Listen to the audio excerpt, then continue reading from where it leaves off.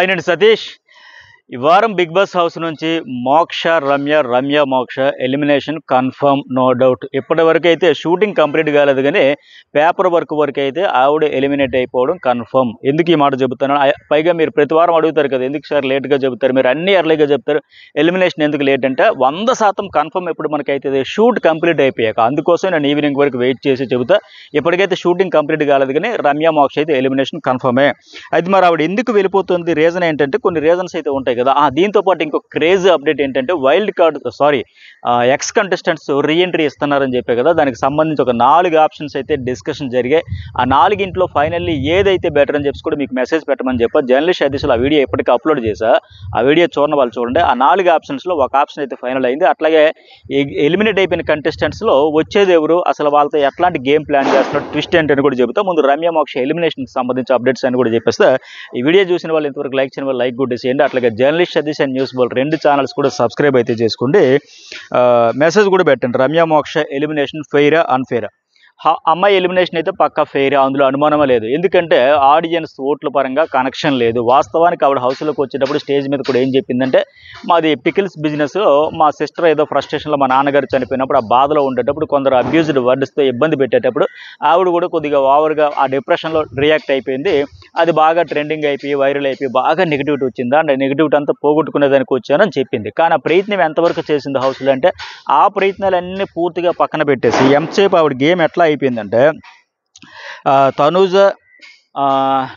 తనూజ ఎవరు భరణి వాళ్ళ తండ్రి కూతురు బాండ్స్ని బ్రేక్ చేయాలి, ఫేవరిజం అవుతుంది, లేకపోతే నువ్వు ఒక డ్రామా క్వీన్, ఇట్లా పర్సనల్గా అటాకింగ్ మాదిరి గెలిపోయింది. నువ్వు డ్రామా క్వీన్, నువ్వు నటిస్తాను, నువ్వు ఫేక్, ఇట్లా చెప్పుకుంటూ. అట్లాగే రీతు చౌదరి అండ్ డీమోన్ వీళ్ళ బాండ్స్ బ్రేక్ చేయడానికి మీది లవ్వా, మీది ఫ్రెండ్షిప్ మీది లవ్వా, ఎంతసేపు నేను ఈ పర్పసే వచ్చాను, నా ఫోకస్ ఇది, నేను ఇందుకోసమే వచ్చాను అన్న మాదిరిగా దృష్టి అంతా అక్కడే పెట్టింది.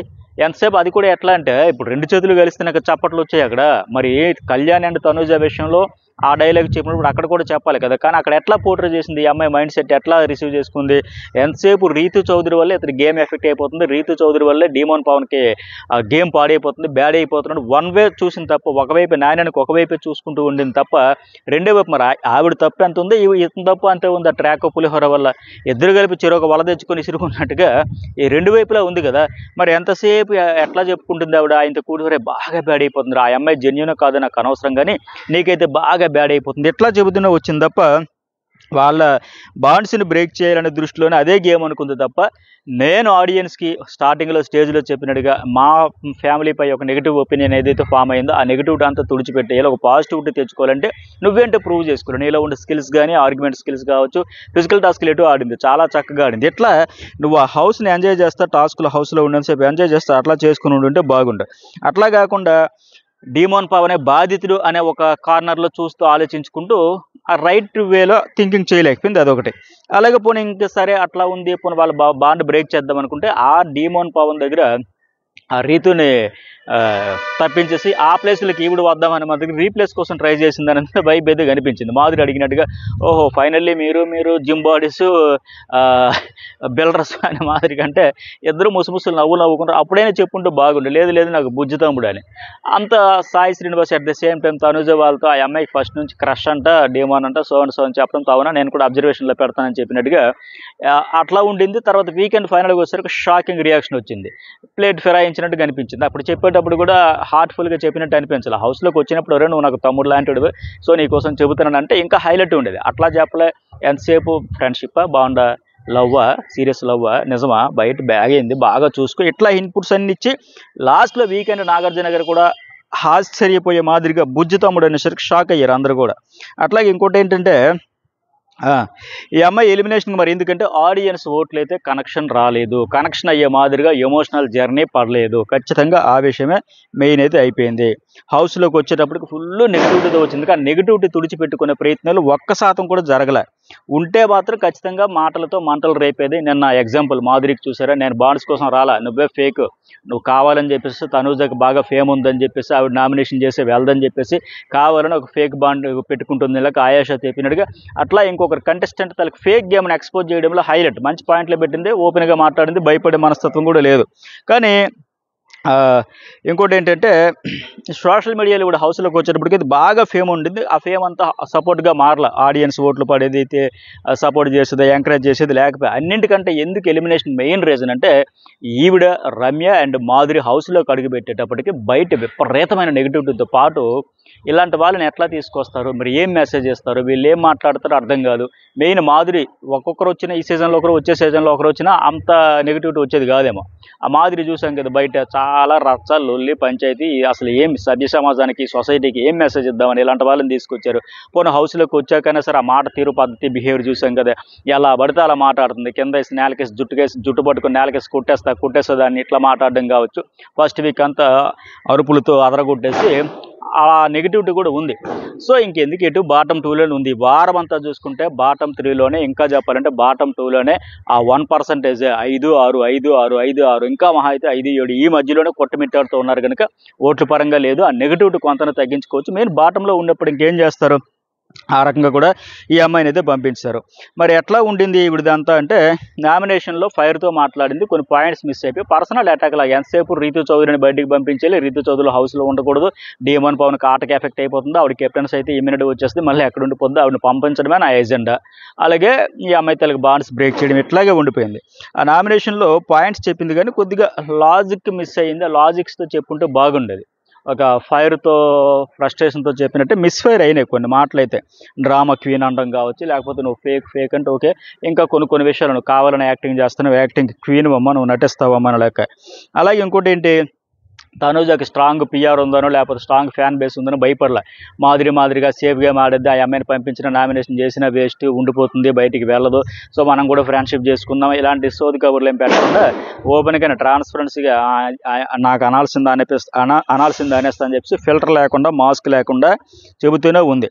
ఎందుకు ఎగ్జాంపుల్ ఏంటంటే ఇప్పుడు తనుజ లీనియన్స్ ఇవ్వబట్టే కదా, చేతులు వేసినా సరే ఊరుకోబట్టే కదా, నేనైతే లాగిపెట్టి ఒకటి ఇచ్చేదాన్ని, కింద పడి తొక్కేసేదాన్ని, 2 చేతులు కలిస్తేనే చప్పట్లు. ఈ అమ్మాయి కూడా కావాలని చేస్తుంది, ఎలాగొచ్చి చెయ్యి వేసి వేయినట్టుగా ఆయన టచ్ చేసి చేయనట్టుగా ఆయన చేయడు, ఈ అమ్మాయి ఏమో చెయ్యి వేసి వనకపోవడం, ఇట్లాంటి కామెంట్స్ అన్నీ ఏమాత్రం భయమో బెరుకు లేకుండా తనకి ఏమనిపించిందో అవన్నీ చెప్పేసింది. కాకపోతే చెప్పే తీరే కొద్దిగా మోటుగా మరీ రా మెటీరియల్ అంటారు కదా, అట్లా కొన్ని చెప్పేదాన్ని కూడా కొద్దిగా నాగ్గా చెప్పొచ్చు. ఇప్పుడు కథ ఉంటుంది ఏమంటే, ఒక రాజుగారికి ఒక కళ వస్తుందంట. అంటే చాలామందికి డౌట్ ఉండొచ్చు, ఎట్లా చెప్పాలని, మరి ఉన్నట్టు చెప్పేయాలి కదంటే చెప్పే పద్ధతి విధానం కూడా ఇంపార్టెంట్. కథ ఏమంటే, ఒక రాజుగారికి కళ వస్తుందండి. కళ వచ్చేటప్పుడు ఏంటంటే నోట్లో పళ్ళన్నీ రాలిపోతున్నట్టుగా ఒకటి వస్తే ఆయన ఏం చెప్పాడంటే, కళ్ళలో మంత్రి గారిని పిలిచి అడిగారంట, ఏంటి నాకు ఇట్లా కళ వచ్చిందంటే, ఏంటి రాజుగారు మీ ఫ్యామిలీలో అందరూ చచ్చిపోతారు, లాస్ట్కి మీరు ఉంటారు అని చెబుతారే, ఇలా కళకు అర్థం చెప్పంటే ఎలా చెబుతారో నువ్వు అని చెప్పి మంత్రి గారిని ఉరిదీయించుకుంటాడు. అలాగే ఇంకొకరిని వచ్చి కళకు అర్థం ఏంటి చెప్పంటే, ఆయన చాలా నాగ్గా తెలివిగా, రాజుగారు మీ ఫ్యామిలీలో అందరికంటే ఆయుష్ మీకే ఎక్కువ అండి, మీ కుటుంబం అందరిలో కంటే అందరూ 70 ఏళ్ళు 80 ఏళ్ళు బతికితే మీరు మాత్రమే 90 ఏళ్ళు బతుకుతారండి, మీరు సంపూర్ణ ఆయుష్కులండి, పరిపూర్ణ ఆయుష్కులండి. వాళ్ళు చెప్పింది అదే, వీళ్ళు చెప్పింది అదే. కాకపోతే ముందు చెప్పిన మంత్రి గారు ఏంటంటే మీ కుటుంబంలో మీకంటే ముందే అందరూ చచ్చిపోతారని చెప్పాడు. అది నెగిటివ్ వైబ్ వస్తుంది. ఎక్కడంటే మీ అందరికంటే మీ ఫ్యామిలీలో ఎక్కువ ఆయుర్దాయం మీకే ఉంటుందంటే, ఇది అవునా, నేనే ఎక్కువ రోజు చిరకాలం బతుకుతానా, మంచి సంపూర్ణ ఆయుష్కున్నా, అలాగే వీడికి సన్మానం చేయించాడు, వాడికి ఉరిదీయించాడు. అట్లా ఇద్దరు చెప్పింది ఒకటే, కానీ చెప్పే విధానం కూడా ఇంపార్టెంట్ కనుక అట్లా చెప్పుంటే బాగుండేది. ఆ న్యాక్ అయితే మిస్ అయిపోయింది ఇప్పుడు చెప్పడం. అయితే ఫిజికల్ టాస్క్లో మాత్రం బ్రహ్మాండంగా ఆడింది, అదరగొట్టేసింది. బర్నీ లాంటి ఆయన కూడా ఆపేసి గట్టి ఫైట్ అయితే ఇవ్వగలిగింది. ఇక ట్రాక్స్ అంటారు కదా, చెప్పాను కదా, పులిహోర కలపనట్టు కలుపుతూనే వెంటనే ప్లేట్ అయితే ఫిరాయించిందని చెప్పాలి. ఇంకోటి ఏంటంటే ఫుడ్ పవర్తో బాగా ఎంజాయ్ చేసింది, సుమన్ శెట్టికి మెయిల్ చేసింది. సుమన్ శెట్టి కంటెంట్ లేని ఆ కటౌట్తో కూడా ఫ్రెండ్షిప్ దోస్తానంతో ఉండిపోవడం కూడా మైనస్ అయిపోయాయి. నామినేషన్లో అప్పుడు గట్టిగా మాట్లాడింది, ఫిజికల్ టాస్క్లో అప్పుడు గట్టిగా ఆడింది, మిగతా సమయంలో ఏం చేసిందంటే సైలెంట్ అయిపోయి. ఆవిడే చెప్పినట్టుగా నేను లేటెస్ట్గా కనిపెట్టిన థీరీ ఏంటంటే, బిగ్ బాస్ హౌస్లో సైలెంట్గా ఉండాలి, మాట్లాడకూడదు. అంటే సైలెంట్గా ఉంటే ఎట్లా, నువ్వు ఒక స్టాండ్ తీసుకుని ఒక ఒపీనియన్ చెప్పగలిగితే బాగుండేది. అలా ఏ సందర్భంలో కూడా చెప్పలేదు, స్టాండ్ తీసుకోవాలి. నాకు ఎందుకు లేనట్టు చోద్యం చూసింది తప్ప, మళ్ళీ నామినేషన్ల కోసం ఎదురు చూస్తూ ఉంటుంది తప్ప, ఈసారి నామినేషన్లకు వస్తే మాధురి ఖచ్చితంగా చేస్తుంది, చెబుతుంది. మాధురి గేమ్ ఇప్పటికే అప్పుడు వాంటెడ్లో ఉంటుందని ఎక్స్పోజ్ చేసింది కనుక నామినేషన్లు అప్పుడు కూడా చేసేదే. ఇక ఇంకోటి ఏంటంటే ఫైనల్లీ మొత్తానికి no content, no positive, no negative అని లెక్క మొత్తానికి ఆవిడైతే అవుట్ అయిపోయింది. మెయిన్ ఏంటంటే ఆ నెగిటివిటీ, రమ్య అండ్ మాధురి విషయంలో వచ్చే నెగిటివ్ని కూడా మేనేజ్ చేయాలి కదా బిగ్ బాస్ టీమ్. ఏ మెసేజ్ అని చెప్పినట్టుగా అందుకోసం అయితే బయటకు వస్తుంది. సరే, ఇక ఫైనల్లీ వచ్చేసినట్టు ఇప్పుడు కన్ఫర్మ్ షూట్ కంప్లీట్ అయిపోద్ది కదా ఈవినింగ్, ఇంకా ఆ పార్ట్ అయిపోయిన వెంటనే మళ్ళీ నేను 100% ఇంకా అది కూడా చెప్పేస్తాను, కంప్లీట్ కూడా అయిపోయింది. లాస్ట్ మినిట్లో ఏదైనా మారితే మారచ్చు తప్ప మ్యాక్సిమం మారే ఛాన్స్ కూడా లేదు. ఒకవేళ మారితే మీరు మార్నింగ్ కన్ఫర్మ్ అన్నారు కదా అంటే మీరు ఏగర్లో అప్డేట్ అడుగుతారు కాక నాకు నిన్నటికే అప్డేట్ కూడా వచ్చింది. ఏవీస్ కూడా ఎవరంటే సాయి శ్రీనివాస్ అండ్ ఈ అమ్మాయికి కూడా రెడీ అయ్యాయని. ఒకవేళ లాస్ట్ మినిట్లో ఏదైనా మిరాకిల్ జరిగి మ్యాజిక్ జరిగి ఏదైనా మారితే ఇది మారింది, ఇది షూట్ కంప్లీట్ అయింది, నా వీడియో కూడా చెబుతా. ఇక రీఎంట్రీ ఎలిమినేటెడ్ కంటెస్టెంట్స్ వస్తూ ఉన్నారు కదా, ఆయేష, హరీష్ తప్ప మిగతా అందరూ కూడా వస్తున్నారు.